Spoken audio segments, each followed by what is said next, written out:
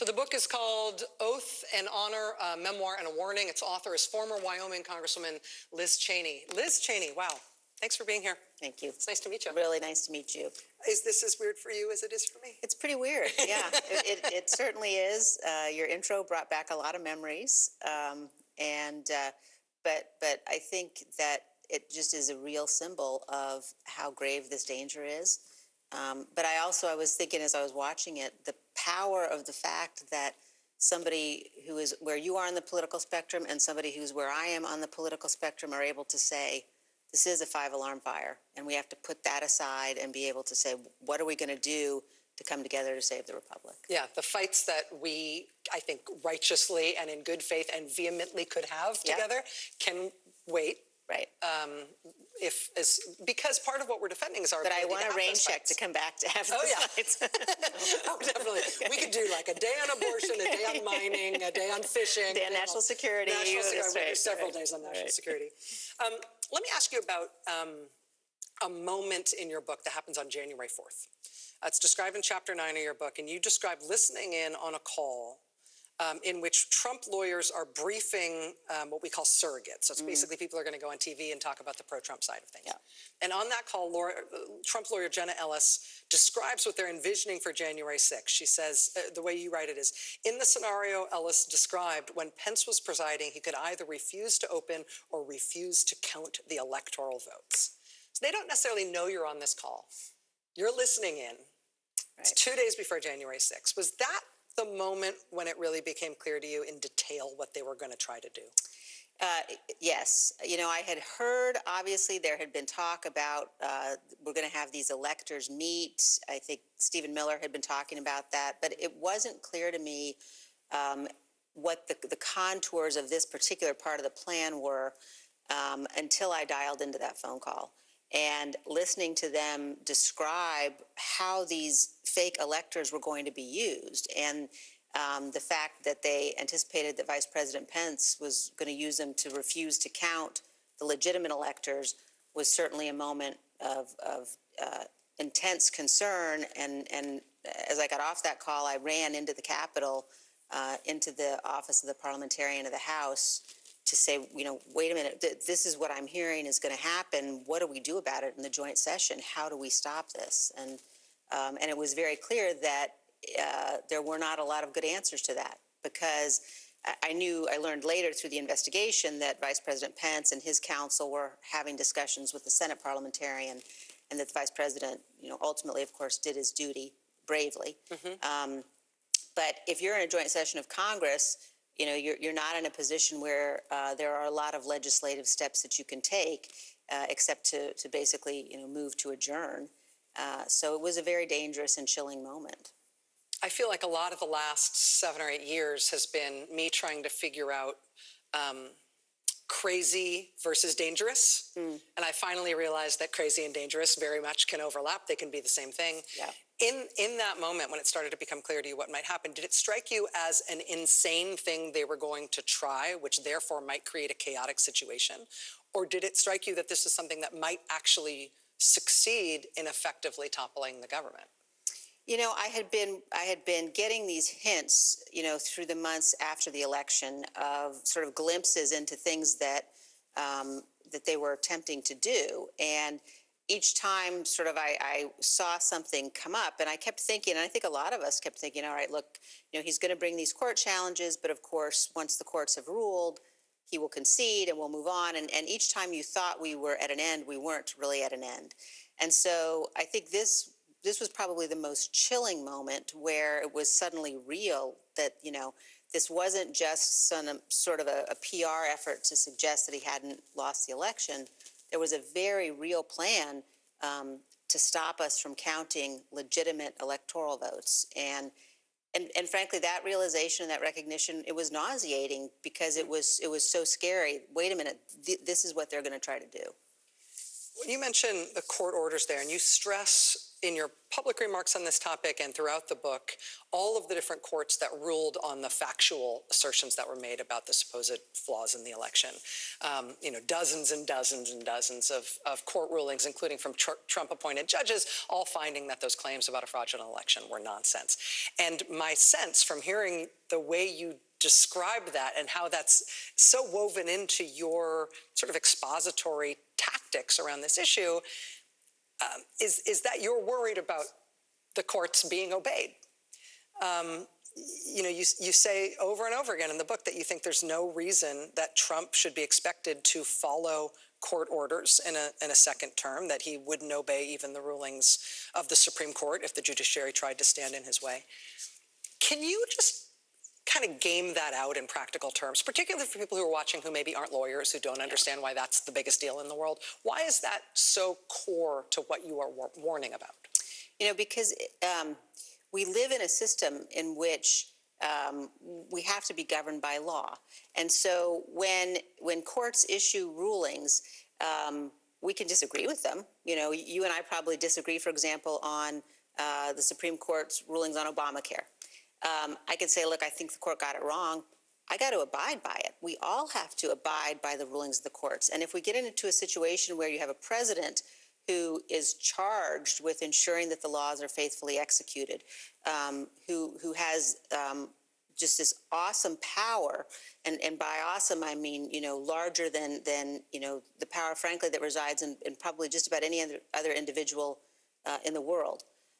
To determine whether or not this country is going to continue to be a republic, is going to continue to function as a nation of laws. When you have a president who's willing to go to war with the rule of law, to ignore the rulings of the courts if he doesn't agree with them, that has the potential to unravel everything. And I think people just need to think about, if a court issues a compulsory order, if the president decides he's not going to abide by it, he's not going to obey it, it's not compulsory. And this also extends to criminal law, and it extends particularly when you're talking about a president and you're talking about the pardon power. So imagine a situation where, the people around him, the lawyers that he's hired in the administration, you may have some who would, you could imagine them stepping up and saying, wait, we can't take that action, we can't do that. For legal reasons, and the president combining both his determination to ignore the rulings of the courts with offering pardons to people, who do his bidding. And it's a really toxic and very dangerous mix. And I think that people need to take seriously the potential that he will do that, because in fact, we're watching him and listening to him say he will do it now. And it's a kind of pane of glass situation, right? Because once it's broken, it's broken. Once an executive is not obeying a court order, then the judiciary is effectively neutered for the whole country. And I think it's important also to recognize the role that the judiciary is playing now. And at a moment where we have not been able to count on, frankly, many of the Republicans in elected office to uphold the Constitution, when we were living through a president who was not willing to abide by his oath and in fact was taking action that was directly contrary to law and to the Constitution, the judiciary has almost without exception been absolutely stalwart. And it doesn't matter. You can point to judges and justices appointed by Democratic presidents and appointed by Republican presidents. And again, almost without exception, they have been just clearer and more dedicated and done exactly what we need them to do, what we expect the judiciary to do at a moment when, we're watching the former president and members of my party claim that, the judiciary is somehow weaponized against us. But we need the courts, we need the judicial system, we need the rule of law to function, and that means you have to have a president in particular who takes seriously his obligation to uphold it. One of the other major institutions that Trump is sort of playing with along those lines is the U.S. Armed Forces. I want to ask you about that when we come back. Liz Cheney is our guest. The book is called Oath and Honor, a Memoir and a Warning. We'll be right back. Stay with us. With us once again is former Wyoming Congresswoman Liz Cheney. Her new book is called Oath and Honor, a Memoir and a Warning. Comes out tomorrow or midnight tonight, for those of you counting at home. Liz, you focus very early on in the book on the fact that Trump, 2 days after he lost the election, he fired the defense secretary. Why do you think he did that? Why is that important? Well, first of all, to have a situation where a president who's lost the election, and so we should be going through a transition. And a transition is a period of time when the United States is particularly potentially vulnerable, and especially at the Defense Department. You have to have a nonpartisan transition. You have to have a situation where people are very focused on what is the good of the country, and people recognize we may have lost the election, but those politics should not be part of any kind of decisions that are being made, especially during a transition period.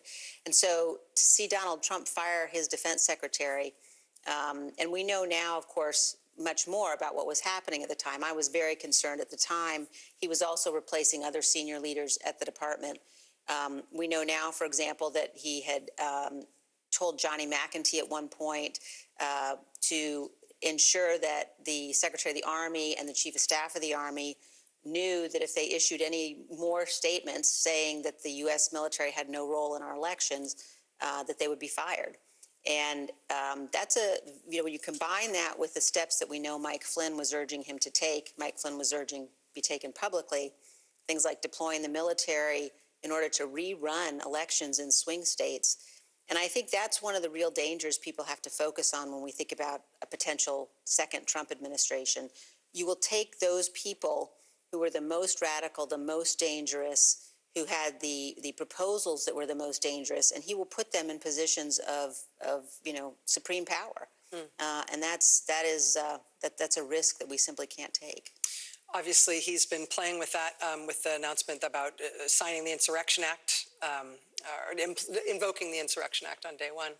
One of the other things that you've talked about in terms of a second round and whether or not January 6th was sort of a dress rehearsal or a first effort and they'll be better at it the second time around, is the prospect that after the 2024 election, maybe Republicans will still be in control in the House, maybe Mike Johnson would still be Speaker.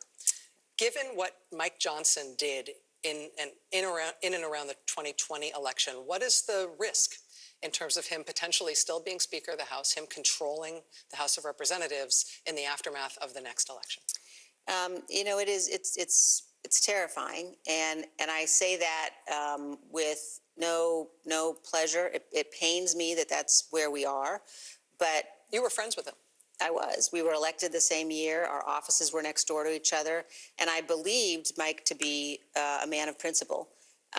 What I learned was that he was willing to do things he knew to be wrong in order to placate Donald Trump. And again, a situation where you have a Speaker of the House who, as you detailed at the beginning of the show, so clearly set aside what he knew to be the facts, what he knew to be the law, what he knew to be our obligations under the Constitution, in order to try to help Donald Trump in his efforts in 2020.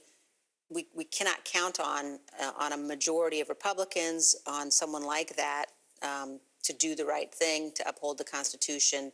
If, for example, we had an election that was thrown into the House, if nobody got 270 electoral votes. So it's really serious. Or if they needed to certify the electoral count? Yeah. The book is called Oath and Honor, a memoir and a warning. We'll be back with Liz Cheney right after this. Stay with us. Joining us once again is Liz Cheney. So Liz, you're effectively sounding this alarm. You're telling Americans to stand up and try to save the republic. You have cautioned that if Trump is returned to power, it might be our last election. You're basically telling people to stand up by voting against Trump. But when I think about people watching at home, like somebody just got off their third shift, or a retired teacher, or a college student is watching on their phone right now, I don't know that people necessarily feel like that action is enough to respond to the kind of threat that you are alerting us to. What else should people be doing besides casting their vote in the way that you see is right to try to defend the country right now? Well, I think it's about more than, I think certainly Trump is the most significant threat, but I think that we're facing an emergency across the board. I think people need to think about, first of all, running for office themselves, and And I say that with great seriousness. You know, we need, if you look at the threats our country's facing, we need serious people in office. And I don't care if you agree with me or you disagree with me on any range of issues. If you're going to fight for the Constitution and you're going to defend the Constitution and you're going to be a serious and faithful public servant, then please run for office. Please vote for people who are going to do that. In this last election cycle, for the first time in my life, I endorsed Democrats. And these were women that I worked with either on the Armed Services Committee or on national security issues in other ways. Women who we had disagreements, but I knew they cared deeply about this country. They were going to do the right thing, and they were running against election deniers. And we have to make sure, if you look at the election denialism around the country and you look at the extent to which some of the Trump forces are organized from the local level up to the presidency, those of us who believe in the Constitution and who are going to defend the democracy have to be organized in the same way. And it means being willing to set aside other issues, and it means making sure that when you cast your vote, you're not doing it based on partisanship. And it means helping to educate people and talking to people about how gravely perilous and significant this moment is. I feel like what you describe as a cult of personality was more likely to emerge on the right than on the left. Because I feel like people on the right have been getting told by the Republican Party my whole adult life that government is the problem, like Ronald Reagan said, and we need voting restrictions because Democrats cheat, and we need unregulated guns, not just for hunting and self-defense, but because we need to stand up against our government tyranny. And all this stuff that maybe works in the short term, but in the long term builds toward radicalism, and I think opens the right more up to a cult of personality than the left. And I know we probably disagree on that strongly. I think we do disagree on that. But what I would say is, the way that I look at it is, those of us on the right in this moment have a particularly great responsibility and duty because this threat has emerged from the right. Yeah. We can talk about why that was. I think that frankly, there are millions of people around the country who feel like they aren't heard, and Donald Trump managed to convince them that he would be their voice, which is of course a complete lie, but they bought it, and he preyed on that patriotism. But right now, it's, I think, partly why I have been so disappointed with what I've seen from other members of my party in their unwillingness to step up. I think we have a particular duty to step up. You look ahead to a year from now, heading into the next election cycle. If Trump wins, if Trump is the nominee of the Republican Party and he wins and he's back in power, what is your life like, and what do you think the noble, patriotic, righteous fight is to save the country at that point?